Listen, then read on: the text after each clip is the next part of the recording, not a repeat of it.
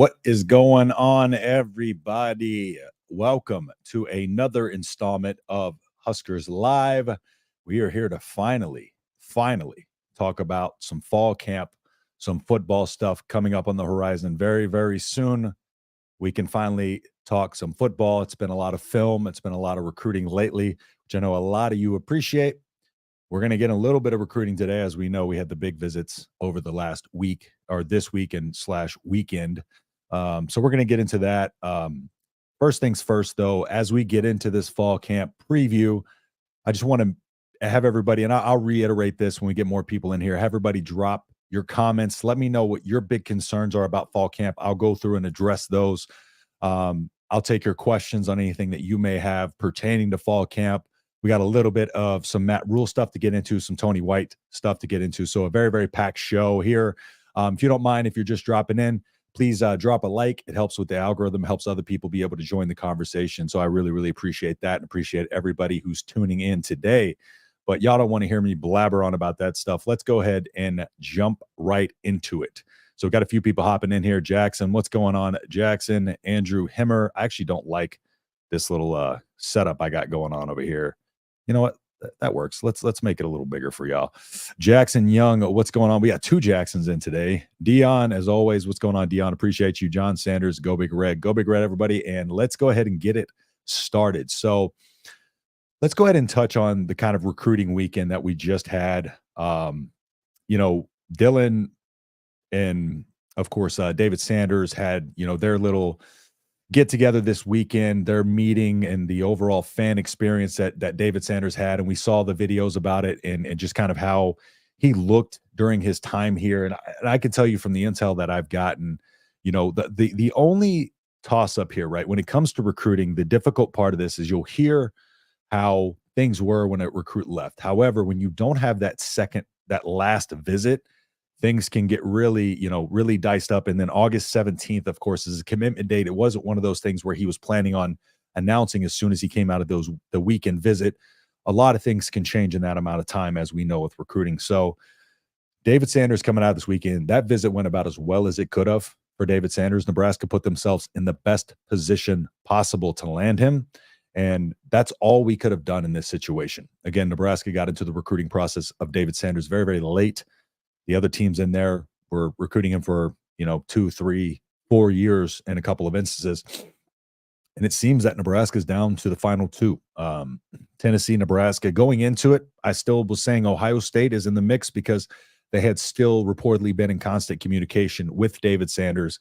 I'm not counting them out still, but it's Tennessee and Nebraska, it seems right now. Again, we never know. Ohio State, a lot of money, but David Sanders – NIL isn't this most important thing, but you never know what's going to come around from that. We also had got some wind of some donations in the Nebraska's NIL. So stuff is moving.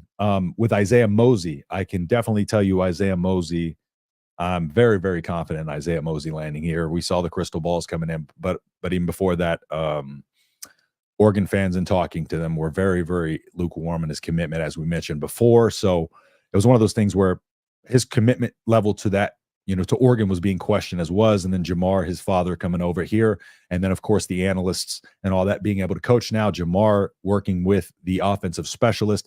He will now be able to kind of work hand in hand with Isaiah. And you got to think that's a big factor in Isaiah coming over. I would imagine this visit was a lot of, formalities. He's visited Nebraska a ton already.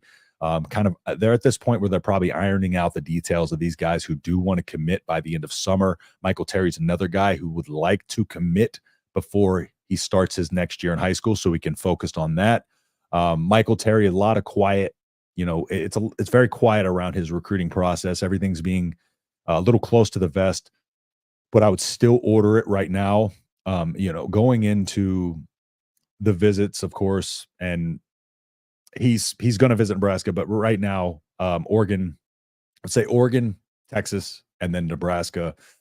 Oregon, it was interesting because he didn't want to leave the state of Texas. Nebraska was one of the schools in there, but Oregon's in there. But Texas is also going to be a hard one to fight because it's proximity to home. He really, really wants to go to Texas. But the fact that Nebraska was able to, with that being said, the amount of money that A&M has, the amount of resources they have, and their proximity to home, being at a Texas school, Nebraska beat them out as well.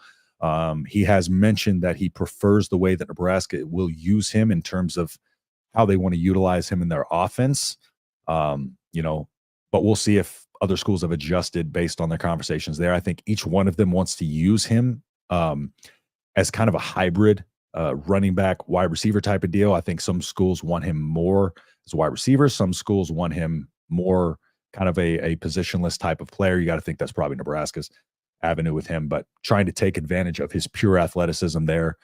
But like I said, David Sanders, very, very good vibes coming off that visit. And it's one of those things where when Nebraska's been able to get guys to campus under the Matt Rhule tenure, I broke down the numbers before. I have to redo the numbers for, accounting for this offseason. But at a certain point last year, there was a point where he had about an 83% rate in terms of converting visitors to commitments. So it's not a small feat getting these guys to campus. It's not something where, when these guys come to campus, Matt Rhule knows that he's positioned to land them, and he's going to do everything in his power to be able to do what he knows how to do, which is recruit and build relationships. And Dylan Raiola wasn't there the first time David Sanders visited. He was there this time, which is big. Again, those two connected when they were both being recruited to Georgia. As soon as Raiola came over to Nebraska, then the offer went out to David Sanders for David Sanders to come over. Him and Raiola had been in contact ever since. So Nebraska's been in this thing only since Raiola came to campus and switched over from Georgia. So big news there in the movement there. And you like where we stand overall, just based on where Nebraska is currently and where we think we stand in the echelon of college football and landing some of these 5 stars. So not spending too much time on that. Y'all have probably heard that beaten to death about the recruiting. Let's go ahead and get into a little bit of Matt Rhule's comments. Just to start out with the injuries. So he went through 120-man, the roster minus these players. Tristan Alvano's limited. Now, Alvano's a big storyline, of course, this offseason. Struggled last year, but, I feel like I'm very much on an island with my confidence in Alvano. But again, my reasoning for being confident in Alvano is I don't think a lot of people accounted in. A lot of people will chastise the offense last year for what they did, but then at the same time, we understand we had a true freshman kicker coming in last year who's very, very capable of nailing kicks from 50 plus yards, right? But there's a certain thing to be a kicker in a good offense. There's another thing to be a kicker in a bad offense, right? And I think a lot of the mental aspect of it for Alvano last season was the offense couldn't score points. So how much pressure did Alvano then feel to have to go out there and be able to hit his kicks every single time, right? And so at a certain point, when you start to really think, and I've talked about this a bunch, but when you start thinking out there on the football field, you're not sticking to your fundamentals. You're tight. You're overthinking your technique. So you're gonna be stiffer. You're gonna be tighter. That's when your hips lock up. That's when your leg locks up. Everything from top to bottom in terms of fundamentals, you're overthinking it. And the more you think about it, the worse you're gonna do. And I think it was a situation where that was part of the case. And again, Alvano right now, he's out with a groin injury. For those that don't know, had a small surgery, couple weeks recovery, but he said he's recovered, but not a full go. Of course, kicking with a groin injury, you want to be extra careful about that. But Matt Rhule spoke about his confidence in Alvano, and again, I think Alvano is going to be fine.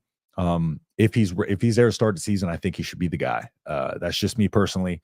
But every other opinion is valid on that. That's just my take on it. Just a lot of pressure on him to score points on offense, and an offense that couldn't score. Bly Hill, of course, going to be out, but still we got an optimistic, tale of his recovery time. So Bly Hill, a big part of this defense. I have him pegged as the starting cornerback 2. If he's there to start the season, he should be the starting cornerback 2. With it being UTEP, we'll see if Matt Rhule wants to play conservative, but I think he wants these guys on the field, especially the guys that weren't here last year. So maybe not as conservative, but we'll hopefully get Bly into week 1 if he's able to go at least for a little bit. Liebenbritt's out. Maurice Mazuka. I've talked about Maurice Mazuka being one of those guys in the running back room that's very underrated. We saw Barthel mentioned previously in one of his press conferences this offseason that Mazuka was one of those guys that he understands can step in and finish a game for you if need be, even though he's not, one of the main guys in this rotation, this backfield rotation. So Maurice Mazuka will be out for a little bit. Brody Tagaloa and Michael Booker.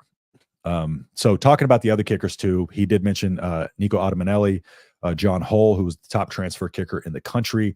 Those guys will all be battling it out with Alvano when Alvano returns for the kicker spot. So there will be a camp battle. Know that, and the guy that proves himself the best and kicks the best and camp will be the guy. But as we'll talk about with Matt Rhule's comments, they're going to have to also do it on the field. So if Alvano doesn't do it on the field this year, he's going to let them, like he said, play through mistakes. But at a certain point, you need the points when you can get them. So let's go ahead and move on to his comments here. All right. So sorry, I just muted for just a quick second. So I had to burp. Sorry, apologize in advance. But just to be honest, Saturday open practice, by the way, the Saturday open practice, he was trying to will people to be there for that. So $25 fundraising type of thing. So the money, of course, goes to a good place. He's talked about he hates charging for that stuff. But let's go ahead and talk about the staff edition that we got. So former NFL cornerback Rashawn Melvin played at Northern Illinois, played 9 seasons in the NFL, and played under Matt Rhule at Carolina. He is going to be the assistant secondary coach. So he will step in and help John Butler coach those guys and his experience, with that special team. So he will be a guy that's, his experience will matter. His NFL experience will make a big difference. And his, already built relationship with Matt Rhule, with, John Butler being a guy that Matt Rhule hasn't necessarily worked with in the past. I think he's played against him, obviously in the NFL, or worked against him coaching wise, but having a guy also in that defensive back room that Matt Rhule's familiar with, who understands Matt Rhule's messaging, how Matt Rhule operates, I think is going to be big. And I think it was a big part in getting Rashawn Melvin to help coach defensive backs as well. So we got that stuff knocked out of the way. And let me go ahead and start getting into some of y'all's comments here for a little bit. Worried about Dylan getting hot. We don't know if he can take a hit. Yeah, the thing about Dylan too is, and that's part of the reason why I think the game against Illinois and the game against Rutgers are going to be big. And the reason why in my season prediction, my way too early season prediction, I had Nebraska's first loss to Rutgers was because of the physicality. And Illinois is also a very physical team. I just don't think Illinois is as talented. So Nebraska, of course, should win that one. But that physicality could be an issue for Raiola. Teams are going to want to rough him up. That's the one way. If he stays clean, he's going to be able to make the throws, right? And so they're going to want to rough him up, and they're going to make him feel, the hits, and make him kind of wear that, that wear and tear throughout the game, and try to wear him down as the game goes along. And so that is one of the things that we will see probably in those 2 games, because those teams are very, very physical. We may not see it as much in the UTEP game, the Colorado game. But Illinois and Rutgers are 2 very, very physical teams that we should be able to kind of see how he battles through those things. And I think getting Illinois first, a team that is physical, but not quite as good, not quite as talented as Rutgers, in my opinion, I think that'll be a good for him to be able to get a physical team in there that Nebraska will probably be favored against. And I think that'll be good for him going forward. So what's going on, Ron? Justin, what are your chances to land top 2 or 3 of the big time players we had on campus? Sanders, Terry, Mosey. I would order it like this: Mosey 1, and I would Mosey, in my opinion, is as close to a lock as you can get. I'm pretty sure he silently committed over the weekend. I'm not going to break any news there. Let him do his thing. And but with Sanders, I still think Tennessee getting the second visit, I would put them, coming out of that visit to Nebraska, I would say it was probably 50-50. But Tennessee getting him, the last visit with things changing, and then not, knowing what's coming out of their, reporters or their visit, it's hard to know. But right now, just from what I know, I would put it at probably 60-40 Tennessee. But I would not be surprised if Nebraska does land him.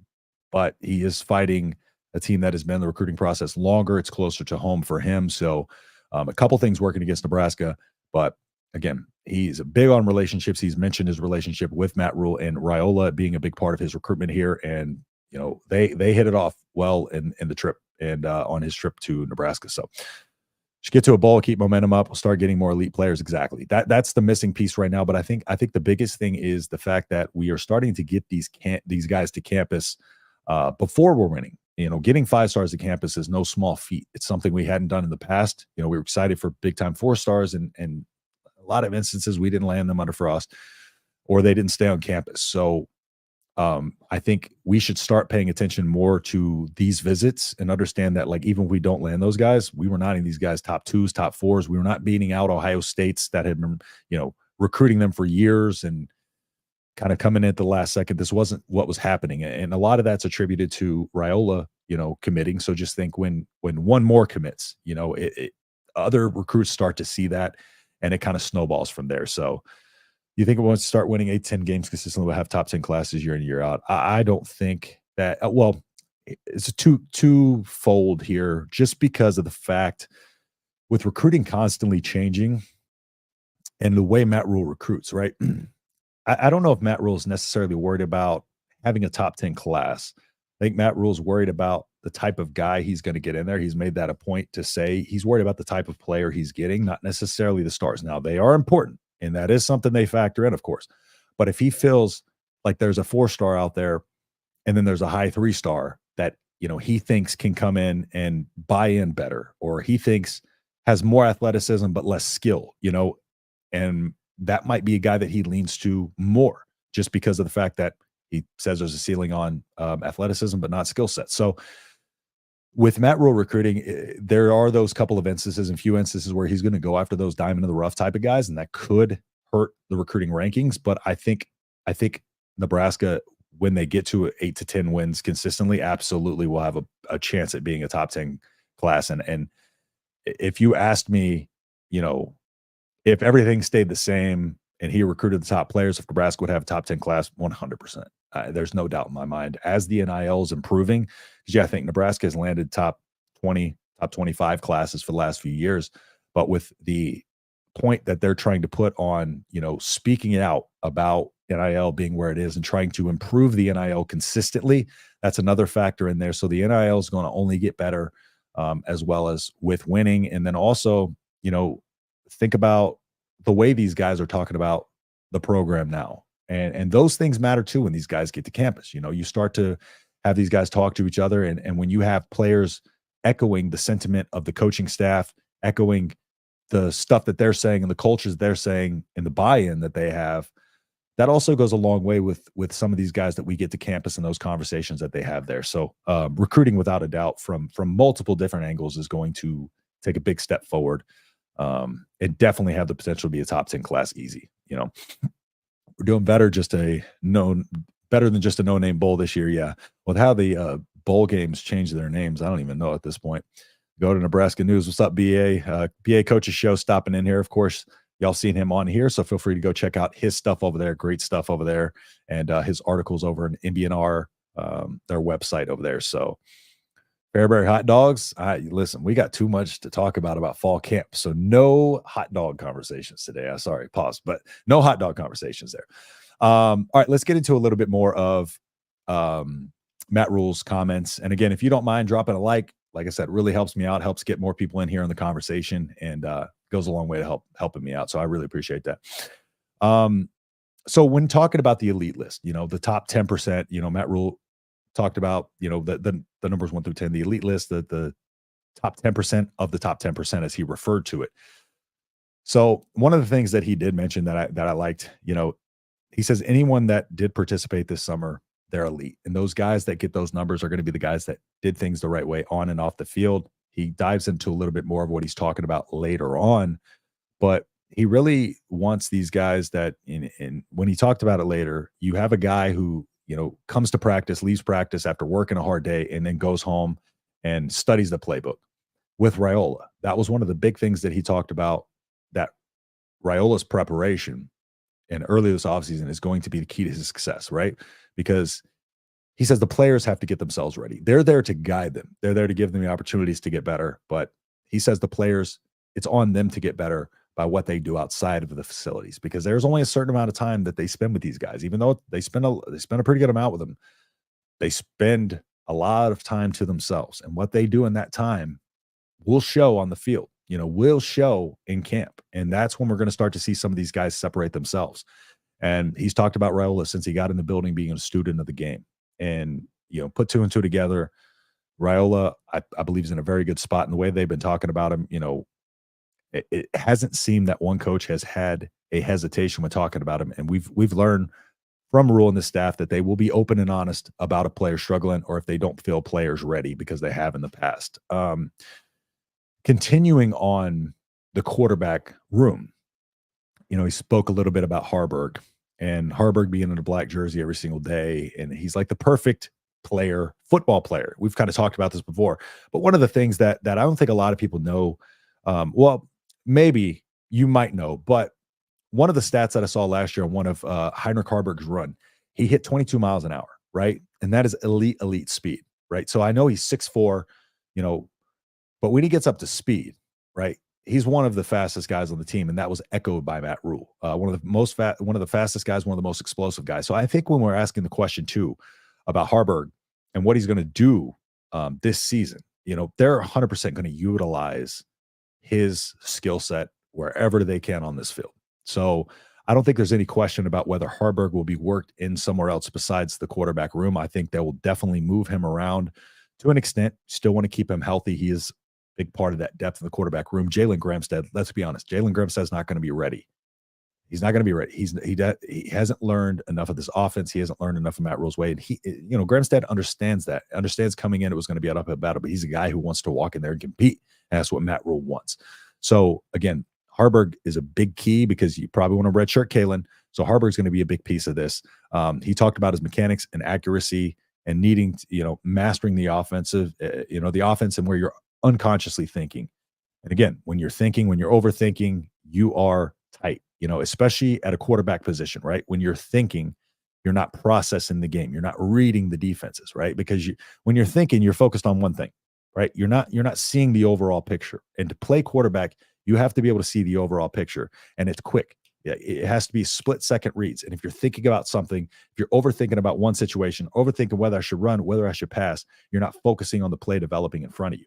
And that's a big part of what made Harburg struggle last year, on top of mechanics. He mentioned mechanics, but when Heinrich Harburg would throw, right, when you're throwing as a quarterback, right, there's not a lot, you don't use a lot of arm, right? It all starts linking the kinetic chain. It starts from your lower body through the hips, through the shoulder, and then your arm's kind of an extension of that, right?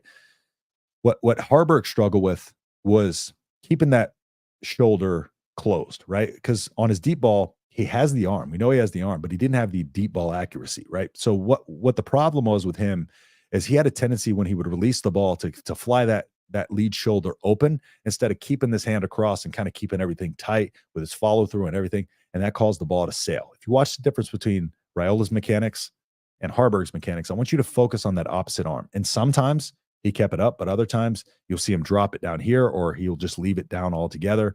And that causes the throw to sail. It's all about follow through too. It's all about finish. So, Matt Rhule wants to see the improvement in his mechanics. And I saw, an improvement in his mechanics in the spring game, but how improved they are, we'll see what happens when they get to fall camp and he's able to evaluate them fully. So, and then of course, Glenn Thomas being in there, let's see what work Glenn Thomas is able to do with these guys too. Having a dedicated quarterback coach this year is going to be key. But yeah, let's go ahead and move on to the defense. Continue, drop your comments in here, your questions, and I'll get into them. So let's see. Skip linebacker from Michigan now that they can't cheat so much. Yeah, interesting stuff going on in Michigan with that, that story over there. Potentially a 1 to 2 year postseason ban on that, but we never know how that goes. But Ernest Hausman, of course, probably the linebacker he's talking about. Would be a great day if we could get Ernest Hausman back. I don't think it'll happen, but it would be awesome. Don't get me wrong. When's the last time the overall vibes were this optimistic in Lincoln? Well, Sonny Verma, you like to comment how we are the yearly offseason champs. So according to you, every offseason. But in my humble opinion, this is the best I've felt in a long time. Long time. Like pre-Mike Riley era, probably. What's going on, Wilson? Wilson Dittman over there. If y'all haven't got a chance, Wilson put out a really, really good video. It's about an hour long, but it's very, very good in detail, informative, great graphics over there. So go check that out if you have a chance. Put a lot of work into that one. So I know he put a lot of work into that one. If y'all want to go check that out over on his channel, 2019 for sure. Yeah, I would say for me, Frost's first year, I was a little too optimistic going into that season. I was drinking the Kool-Aid a little too much with first year under Frost era and Adrian Martinez coming in there. So, yeah, I would say Frost's first year for me. We're still trying to forget Frosty. Yeah, we got to stop talking about him. Huh? I know, but again, when you're talking about a transition from one coaching staff to the next, it's part of the process. Let's go into a couple more, interesting things, and then I'll get into a little bit of the nitty gritty stuff, but a couple of other big topics and storylines that were talked about. When Tony White, talking about his defense, talking about how, they're approaching it as if last year didn't happen. He's approaching it as if he did nothing last year, right? So this defense, they're both confident that they expect this defense to take a jump. Now, when talking specifically about certain players in the defensive back rooms, we're talking about Sierra Wright, your Bly Hills of the world. But when he mentioned Sierra Wright, it was one of those guys that a lot of fans have been waiting for an update on. And his comments on Sierra Wright, he was extremely talented, very athletic, fluid hips and smart. That was his comments on it. And of course, we know he's skilled coming in there. It was his focus to the game. Again, he went to USC because he wanted to be closer to Hollywood, because he also, was in Space Jam 3. He's an actor. It wasn't, and to me, that's no fault of his, right? It's no fault of his that he's multi-talented. But with him moving from USC to Lincoln, you have to believe that this means he's probably more locked in on the football side of things. If he went to USC to be closer to Hollywood, you have to think that he's more kind of, maybe he wants to pursue football a little bit harder and put his focus into that. And the sky's the limit with him if he does, because listening to USC coach Dante Williams, August of last year, Dante Williams said he saw, more maturity in his game from the previous season, and he had confidence with him and thought it would show in his game. But there was something, that happened with him at USC, and he only played 7 games last year, took time away, and now he's got to get back into learning the ways of Nebraska. And as Tony White put it, there's a different standard at Nebraska. And, I don't know if that was necessarily a shot at the way USC does things, but Matt Rhule has talked about, his standard of things is much higher. And we can hear it in the way he talks. His standard of the way he operates and the way he recruits, it's much different than most. And that's why he's seen more so than a lot of other people as a developer, right? You don't get that moniker a lot from a lot of coaches, but he is seen as a developer of talent, right? And, guys like Sierra Wright see that, so he came to campus, visited, committed, and now we get to see kind of the fruits of the labor pay off. But he does say they have to adjust. He just has to adjust to the way that they do things on defense. It's another factor of why Bly Hill's health is so important, because, who's to say Sierra is going to be ready to go by the end of this? I don't think people realize he had a stretch there where he was kind of, out of football.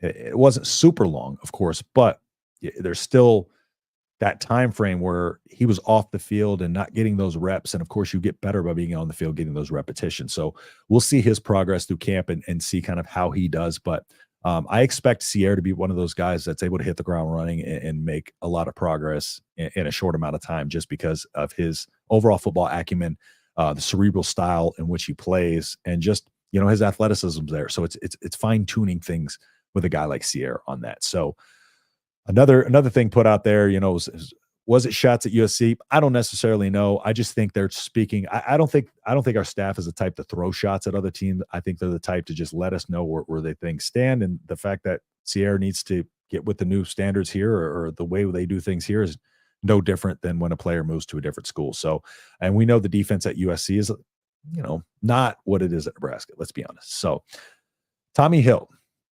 Speaking about Tommy Hill. Now, one thing I noticed about Tommy Hill is now, a little later in the offseason, a lot of people are starting to talk about Tommy Hill a little more. I put out a video a few months back about Tommy Hill being Nebraska's potential first round pick. I saw a bold prediction today of him being a second rounder. Well, I think he has first round potential. And coming to his progress this offseason, I preface this by saying he came out and said he put on 20 pounds. He's 205 now, so he can cover tight ends and he can come down and run stop and play downhill a little bit, right? And so, there was valid concerns that some people had about his speed diminishing. And from my knowledge of strength and conditioning, what I think, these guys, and the strength and conditioning coaches there are much further advanced than I am. Night and day, they know more than they've forgotten more than I know, right? But I think we have the right guys in place to where, and the right nutrition and all of that in place to where this is good weight. And while it may hinder, right, it may hinder his straight line speed, I don't necessarily think it will hinder his football speed enough to make a net decrease in his ability. Let's put it that way. So I think the explosiveness in his lower body that he will gain from putting on this weight, because it's, a lot of the weight that they put on is in the lower body too. And so, putting on 20 pounds is overall going to solidify him, across the board. But I do think maybe his straight line 40 speed will suffer. But football speed, I think the net will be positive because the fact that he can now be able to come down and play downhill, and you need in the 3-3-5, you need versatile defensive backs that can do that. It's very, very important because, again, it's a risk reward defense. So you need your second and third levels to be able to run stop if need be, but you also want to be able to move them around and not just have, you know, one guy playing on the outside, even though moving Tommy Hill from the outside is probably not going to happen a ton, but just having that versatility is going to further improve his game into a more well-rounded game. And I do think Tommy Hill has the potential to go in the first round next year, just partially too because of the way the draft fell last year. Defensive backs, fell in the draft again till about probably like pick 28, late 20s. The defensive back didn't go until like the mid 20s, late 20s pick wise. So we could have a correction this year in that. And if more defensive backs are drafting, I think Tommy Hill has the potential to be a first rounder. But if I had to guess, mid to late second, but I don't think it's a bold take at all to say that he will be a second rounder. He is drastically improved as we saw, and with more weight, another year in this defense, and a full offseason, more of improvements, knowing that he's going to be cornerback one. And it seems like, when they were talking about him, Matt Rhule even said that he said in one of their, meetings or retreats or something that he spoke up to the players about, they need to win. Like they got to start winning, and sympathy's gone, right? And I'm sure most of you know the difference in the words. I'm not trying to dumb it down, but sympathy and empathy, the difference between those two: sympathy, you kind of feel sorry for somebody; empathy, you understand where they're coming from, and you're just kind of a little bit more understanding with them, right? So they're not going to feel sorry for people. Again, Matt Rhule has talked about they have every opportunity to get better. Now, the guys that took the opportunities to get better will separate themselves from the rest. And that's it. He's letting these guys tell him where they're at in these races and stuff like that. So part of what we can look into when we're projecting our depth charts and stuff like that is pay attention to the guys that he is talking about when he just simply says doing things the right way, or when he mentions a player in general.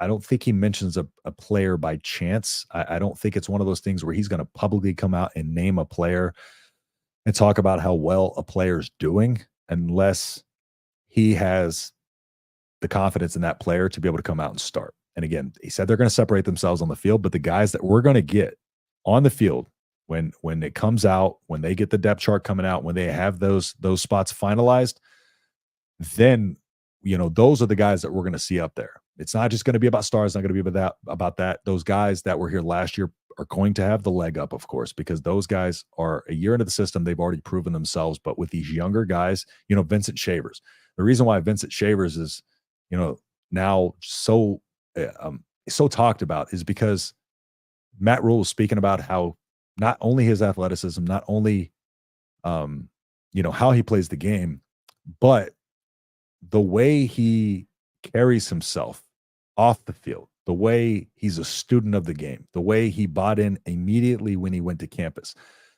Those are the type of guys. And this is when we talk about everybody who steps on this campus having an opportunity to play.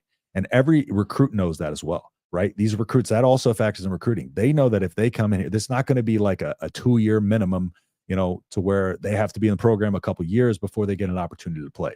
If you come in and you do things the way Matt Rhule asks of you, and you prove it on and off the field by doing things right, helping the other players, taking the extra time to show up to the building early, staying in the weight room late, those things, those are the guys that are going to be out on the field, because those are the guys that are going to win you games. Those are the guys who aren't going to quit. Those are the guys who are going to go out there, do the dirty work. And even when you're losing, they're going to fight to the final whistle. And those are the guys that are going to turn these losses into wins. Again, talent has never been the issue. Nebraska, for a lot of the time under for us, was the 4th most talented team off the bus. Let's be honest. Every time Nebraska stepped off the bus, we would see how big and strong, and we would talk about the talent that we got, but it never transitioned to the field. So I don't think it's a bad thing to hear that it's not always going to be about that. It's going to be the guys who come in here and prove it, and that's the way it always should be. Matt Rhule takes it, like you said, an NFL approach to this, and it's a dog-eat-dog world in the NFL. Even in Major League Baseball, right? I forget who it was. I don't know if it's Teoscar Hernandez, somebody who got a birthday wish by the Mariners and got traded the same day, right? So that's when we talk about the sympathetic versus empathetic, right? There's no sympathy in pro sports. So he's trying to set these guys up for the NFL. And that's how it is there. One day, you can move to a town and a month later they could cut you, so it's not about being nice, right? And Matt Rhule has a very unique way of connecting with players, being hard on them, but them understanding and him coming back and telling them it's for a reason. And he said guys are starting to understand that this year. They're starting to understand that if they see the way I put this, they're starting to understand that I can't find the proper way to word it. The words leave my head. I have ADHD. Bear with me. It'll come back to me eventually. But those guys, yeah, we're going to see really week 1, that we're going to have all this talk out of camp and stuff like that. We're going to see week 1, the guys that separate themselves, and don't expect the guys who immediately come out and make mistakes to hit the bench. He talked about Big Ten Media Days. He wants them to work through their mistakes, because that will turn you into a confident player, right? He's like, again, Jeff Sims. Let's talk about Jeff Sims last year. Everybody was calling for Jeff Sims to be benched early on. And we talked about why, or we were questioning every week, why is Sims still out there? Well, that's another thing that he was talking about, when that's the type of things that he's talking about, where he's going to give you a little bit of a rope. He's going to give you a little bit of a leash, and Raiola is probably going to have a longer leash than most. He's the guy, right? Raiola's probably not going to get pulled unless he makes a really dumb mistake. And then he's not going to get pulled for long. But with that being said, he still needs to go out there and perform, because he'll let him play through mistakes, but I think it's going to be a shorter leash this year, right? Because now he's talking about it being less on the coaches, the accountability being less on the coaches and more on the players. And that strictness is one reason why I believe that he's talking about the defense even taking an improvement this year, because of course the conversation has been about the offense, but there has been question marks about, the defense did do it for 1 year.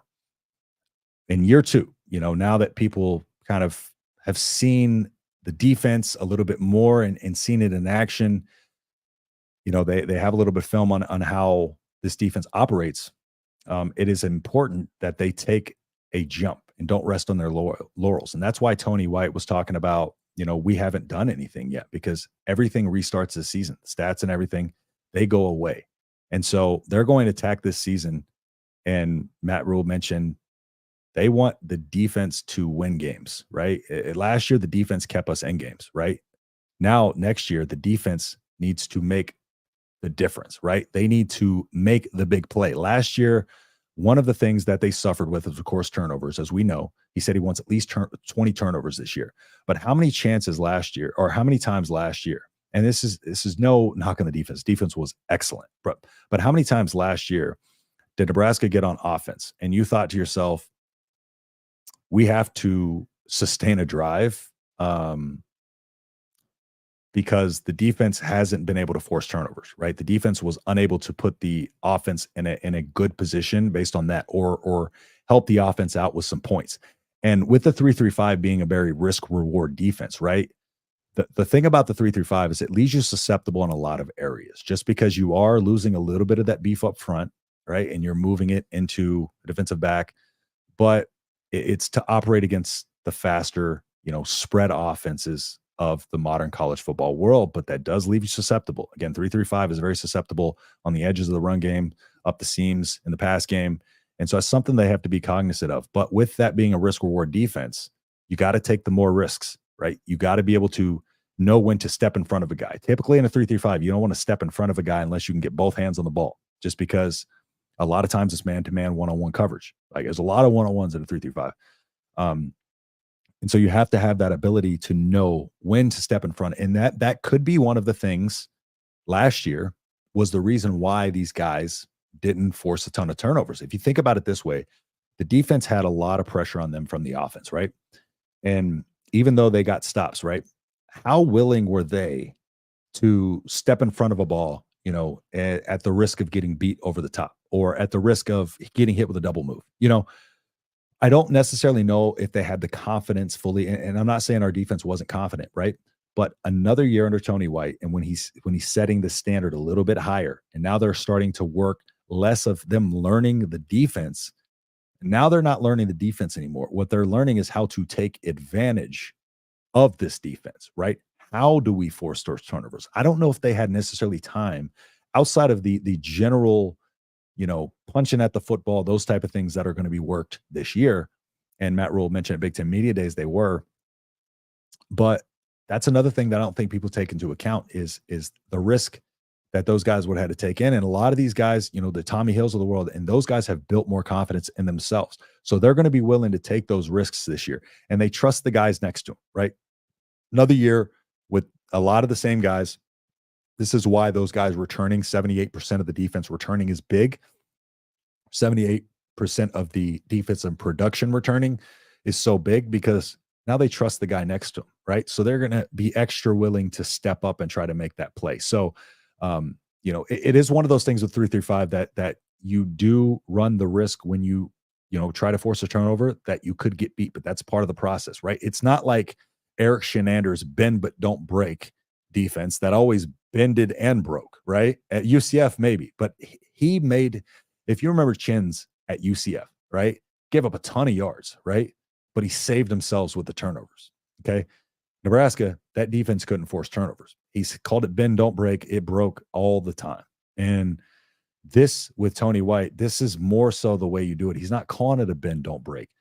They have a standard. They don't want us to bend or break, right? And that's the mindset that they have. And that is the difference in the tenacity, the physicality, and the play style of this defense. They're having fun, right? They're playing for the guy next to them. And this is a defense where you have to play for the guy next to you more than most other defenses, just because you are man-to-man a ton, right? You're not going to run a ton of zone. You're going to have blitzers, and it's going to leave, you're going to have sometimes 5 guys covering 5 guys, if you want to bring a heavy blitz. And so those guys have to be ready for those things, and they have to trust that the guy next to them is going to be there to help save them if they do try to take a risk and jump front of the ball. But I do think this team is going to take more risks. Matt Rhule did talk about getting hit by a double move. He doesn't want to get hit by those, of course. So that's another thing of the empathetic, not sympathetic type of thing. But expect them to jump in front of a lot more passes this year. Expect their timing to be better. It's another thing that I think they get an extra year to work on their timing and being able to work on their ball skills, because one of the biggest things about timing on even breaking up a pass, ball skills, a lot of people think ball skills are mainly for coverage, right? Or interceptions and being able to tip the ball. But ball skills also factor in timing, right? Because timing a defender, if you get there too early, of course, it's a penalty. But ball skills factor into that. Those guys who work ball skills know the timing. They know how to get back to the football, and they know how to time when to kind of step around and kind of get that hand in there and make that play, right? So it's not just deep passes when they're stepping in front of it or running the route for the receiver. It's also in the recovery ability and their ability to get back to the football, understanding how quickly it's going to get there. So um, just a lot of great things in defense. But one of the other things that I want to point out is I don't know if anybody knows when's the last time that Nebraska won the turnover battle. And if y'all want to drop, I'll get into some comments. If y'all want to drop your, without looking, you want to drop your comments here when you think that the last season was that Nebraska won the turnover battle, I'll take those in. But I'm going to go through some of your comments here. 1 month from tomorrow will be a great day, dude. Exactly. And I'm like I said, I'll be out in Nebraska and Lincoln for that Colorado game. I can't wait for that one, man. I'm counting the days down, but this is the part of the season where at least the drag ends. We're out of the quiet periods and we're getting to some football. So, Fox, Justin, you're awesome. I'm glad to taking over the Voice of College Football Nebraska. This is my first live I've seen you in. But I've been waiting Voice of College Football for years now. I appreciate that, man. Thank you so much for stopping in here. I appreciate your kind words and everybody else who drops your thoughts and your kind words, man, in the comments all the time. I appreciate y'all. Couldn't do without y'all for real. John, what's up, John? And as always, you can stop by the Michigan show after this if you want to make fun of them for Connor Stallions and their potential postseason ban coming up. Just drop in there. Like number 19, let's bump that up. Yeah, if y'all don't mind dropping a like I said, really helps me out. I don't want to beat that to death. I don't know why I always reminded to hit the like button. That's why I do it. And I'm the worst, bro. I'm the worst about it. I don't like asking for money. Like I don't like asking for super chats. I don't like asking for likes. I'm really bad at it. So I'm trying to get better at it without, I feel like a beggar, but YouTube don't like me otherwise. So you know, the YouTube's they're not nice with their algorithm sometimes. So it helps me. I do appreciate it. Didn't translate the fill because it wasn't correct in strength and conditioning. I think, well, that's part of it. I don't know. That was a big part of it. I mean, they didn't even have the guys doing squats in there. One of the reports was a lot of the players weren't even doing squats, which is insane to me. So yeah. Strength and conditioning wasn't there. The physicality wasn't there. They weren't practicing physical. A lot of different things go into that. If we're talking about pre-Tony White. Now, if we're talking about last year, another year in the strength and conditioning program will be super helpful. You look at guys like Tommy Hill saying he put on 20 pounds. Again, I think that will be a good 20 pounds. Might affect his straight line 40 speed, may not affect his football speed. Even if it does a little bit, it's still going to be a net positive with that explosiveness and his ability to move around. I'm here for some reason. I always forget, probably because I'm too busy in the chat. That's fine. Hey, I appreciate y'all dropping comments as well. I love talking to y'all. Frost wanted bulk. Okay, so you were talking about Frost. Frost wanted bulk, which made it harder to move on Matt Rhule wants lean muscle, which helps build speed. Yes, 100%. And I can tell you from being a former, weightlifter, bodybuilder turned boxer, I was about 230 of muscle back then. I'm about 195 pounds right now, right? And I hit harder, I move better, but I'm way faster, right? And that's what he's talking about with bulk versus putting on the right weight. And that's why I said nutrition when I was talking about not only the strength and conditioning program, but this nutrition that they have in there, right? That's another part that people need to pay attention to, because the nutrition and the way that these facilities are now, and their emphasis on recovery and those things, like even recovery, right? You don't grow and build muscle when you're in the weight room. You do that when you're outside of the weight room. And that comes down to nutrition, rest, the whole nine, right? When you lift, I'm not trying to give you all too much of a lesson here. When you lift, the soreness you feel, small tears in the muscle fibers, right? And so for those to grow back bigger, you can't go in there and work them out the next day, because you can only tear those muscle fibers so much. They have to grow back bigger, right? So that's where recovery comes in. That soreness you feel, it's those small tears in the muscle fibers, but they adjust, right? They're like, okay, we weren't strong enough for that. We're going to get a little bigger, a little stronger, right?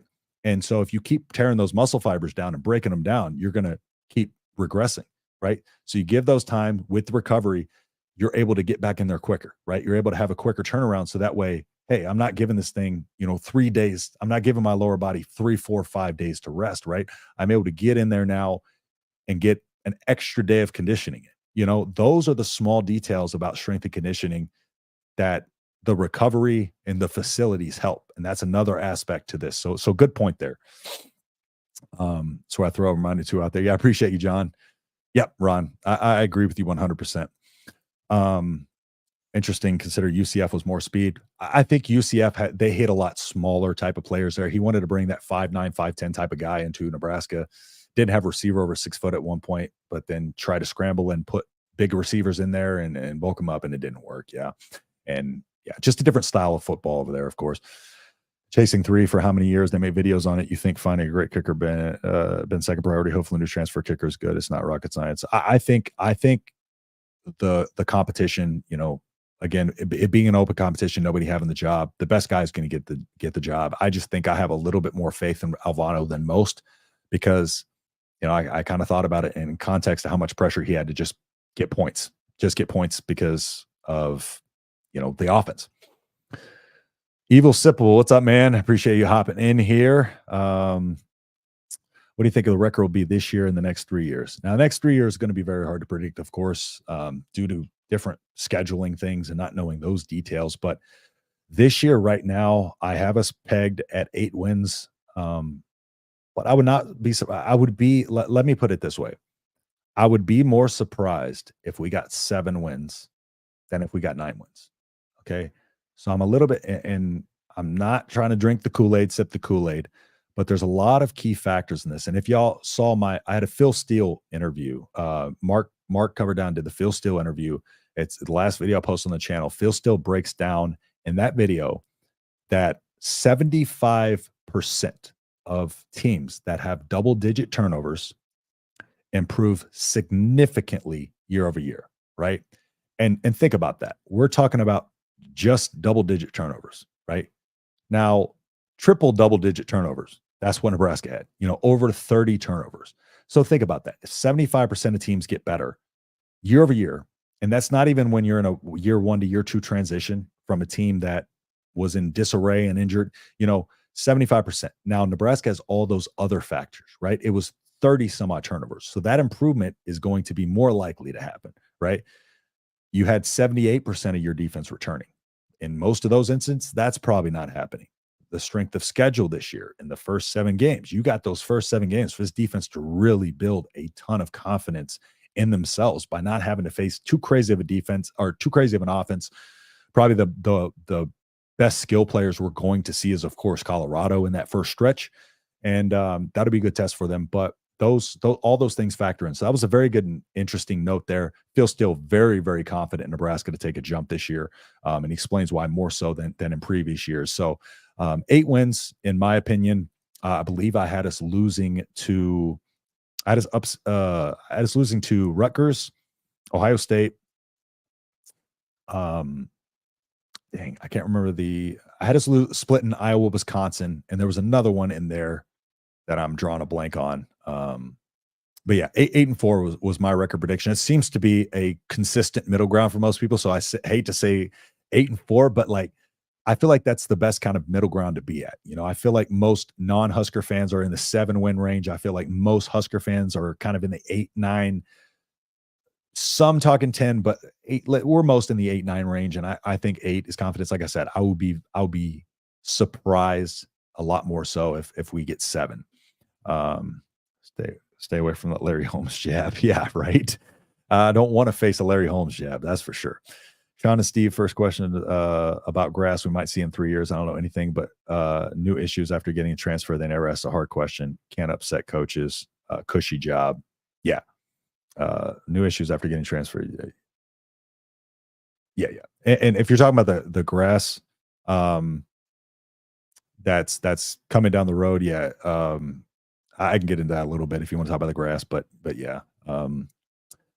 Thanks for answering my question. No worries. Appreciate you hopping in here, Levi. USC, I can't remember if it was USC. I think I might have predicted us to upset USC, but USC was a very important game to me for this reason.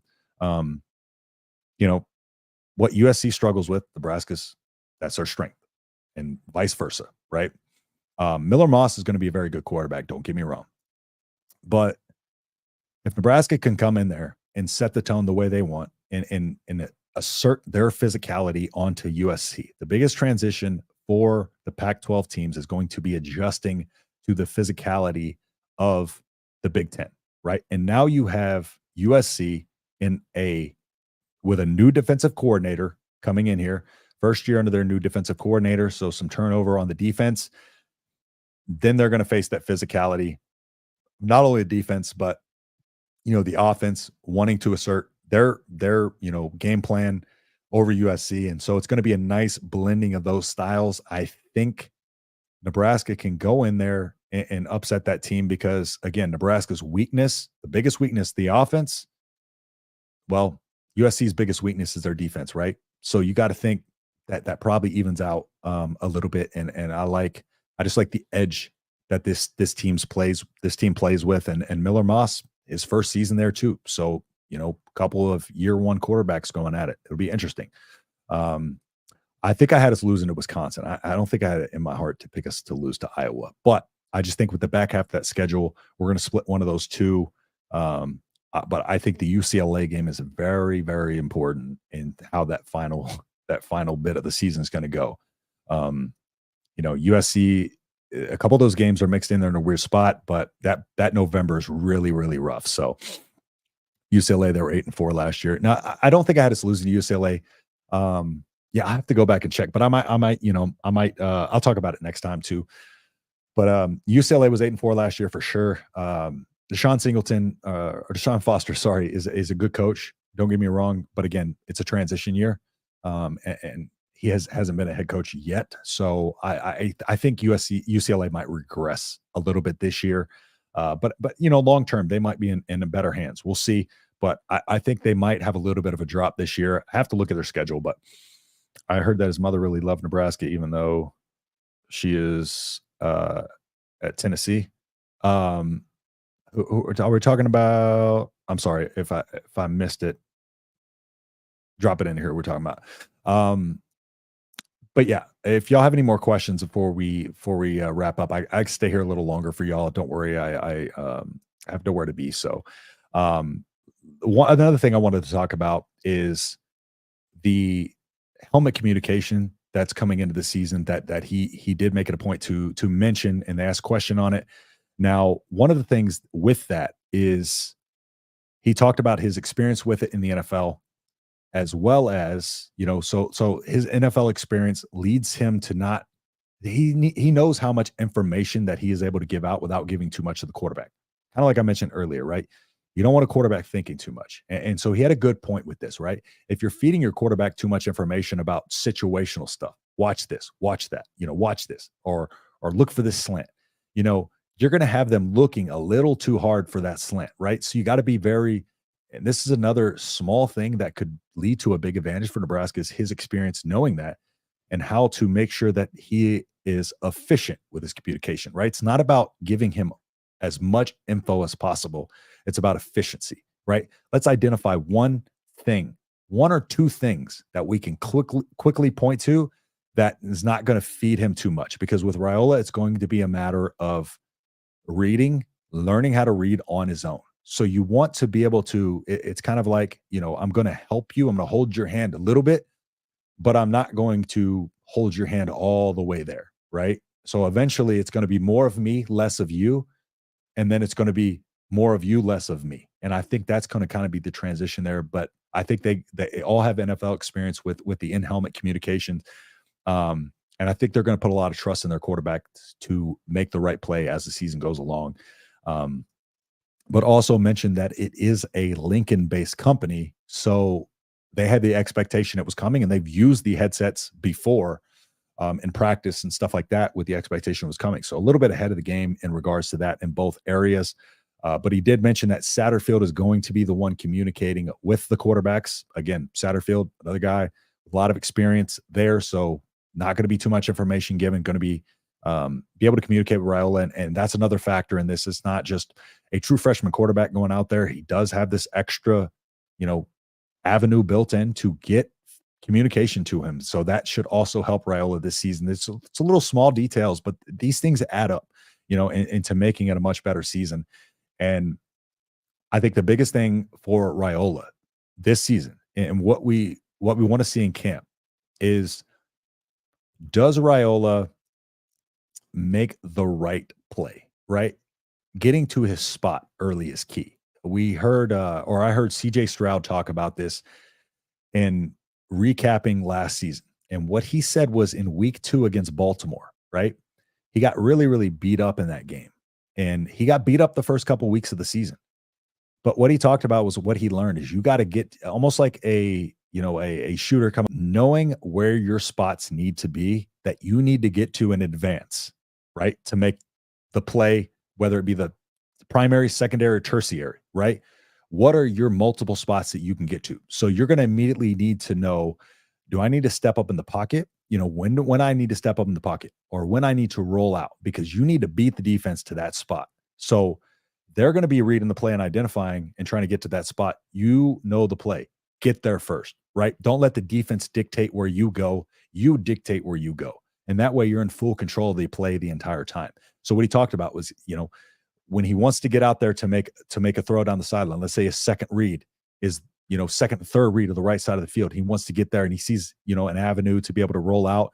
The middle of the first read's not there. Middle of the lane is clogged up. So he rolls out and get to a spot before the defense can. And that's going to be the difference between him making a play and not making a play, right? But then also understanding when to live to fight another down. We talked about that. We've talked about that a lot in football, but living to fight another down, right? Throw the ball away, right?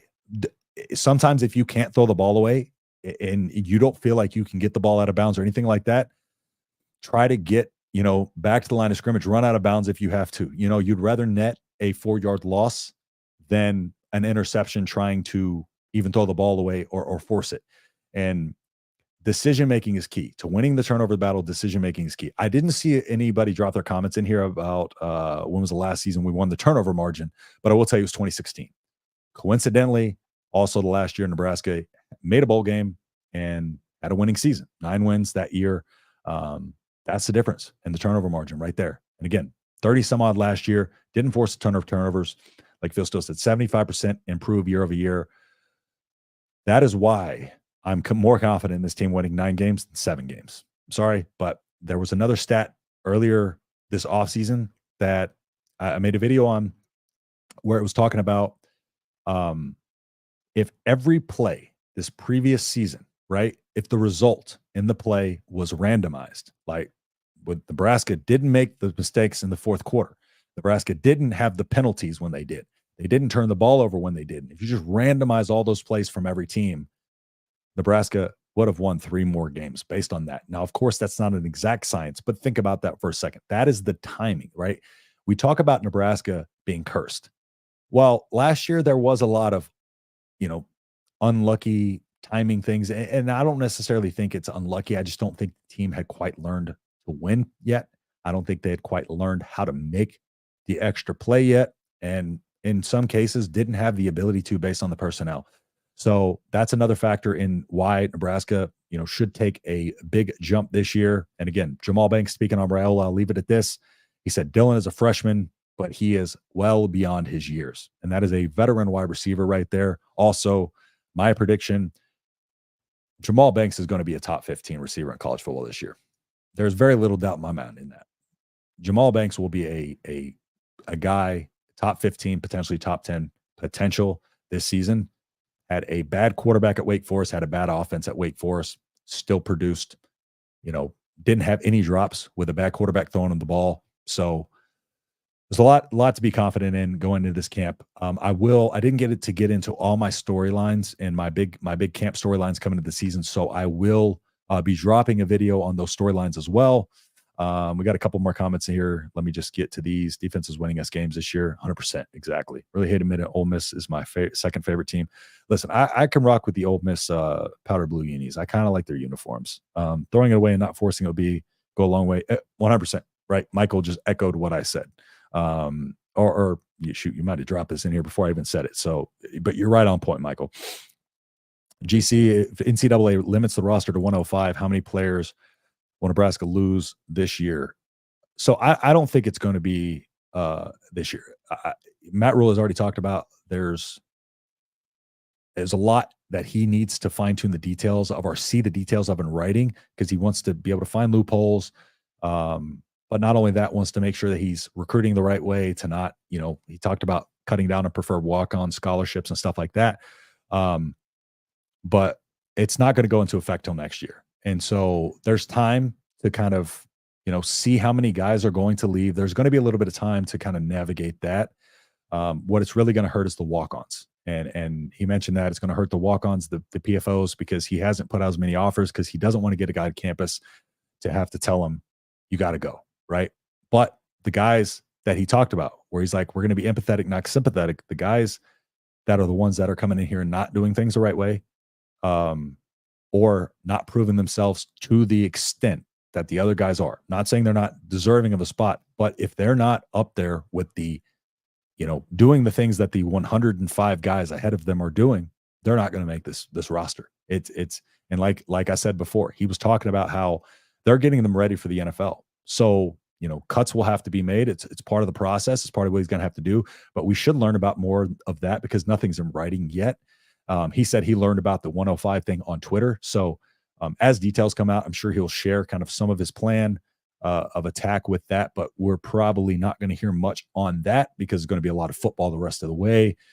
Questions may come, later in the season down the road, but I'll try to keep in constant, look out for that and see if, when we do get further details on how exactly that's going to work. So Michael does not take effect next year. Yeah, exactly. That's my understanding. Yeah, they don't have anything in writing yet, so they can't really enforce that, especially this late in the offseason. No way they could force that while their fall camp's coming up right now. So a couple things that he said he didn't know is how that's going to work, because of the 120-man roster currently. Those guys that were injured aren't factoring those to 120-man, that 120-man count. So that's another thing. When they move to the 105, do those injured guys count into that 105, or they're able to slide other guys, in there for the time being and just kind of see what they got in those guys as well. That remains to be seen, or the guys that were, get hurt in the spring game. We had a couple, Demetrius Bell, a couple guys get hurt in the spring game. Let's say they get a season-ending injury, right? You have to cut that guy because that's not fair to that guy, right? Does he count on your 105-man roster? Like, those are the questions that we need to know first, or have answered first before we can really get into this, because it is a little bit of a slippery slope when you think about it in that context. But the way things are going right now, they're really trying to, and I think this might have been a counter to the fact that you can use NIL to pay a scholarship, and a lot of schools were getting over the scholarship limit because of that. I don't know if the NCAA kind of implemented this because of that and to try to, regulate that the best they could. But a lot of changes now are happening for reasons other, the NFL changes to the kickoff this year, or onside kicks. You can't onside kick apparently unless you're down in the game. You have to announce it, right? And you can't onside kick until the fourth quarter, right? What is that there for? That's to help betting. Let's be honest. That's to help these Vegas. Let's be honest. So we got a lot of question marks coming up on some of these changes in the season. I'm not necessarily going to like them all, but you know what? We don't have to worry about that 105-man roster thing. That's Matt Rhule's job to do that. And we got football coming up. So again, a lot to be excited about, a lot of football to talk about. And I can't wait because it's going to be constant content for y'all. And I think you're going to really enjoy what we got in store for y'all this year. So again, hope everybody enjoyed today's live stream. Didn't get in everything. I was talking kind of fast, trying to get through as much of it I could, but I'll have some videos dropping this week on a lot of things going into camp and out of camp and those details. So stay tuned for that. If you haven't yet, drop a like, leave a comment on the video after it posts. And if you want to stay up to the latest and greatest, man, I can't talk. I had a stroke for a second. If you want to stay up to the latest and greatest on Nebraska football and Husker news, be sure to subscribe, click the bell notification, and you'll be alerted as soon as we upload anything on the channel. So I appreciate everybody who stopped in here, even those guys who stopped in here for the first time. Appreciate y'all, and the regulars. Always appreciate y'all being here. And yeah, that being said, I'll see you in the next video. Peace.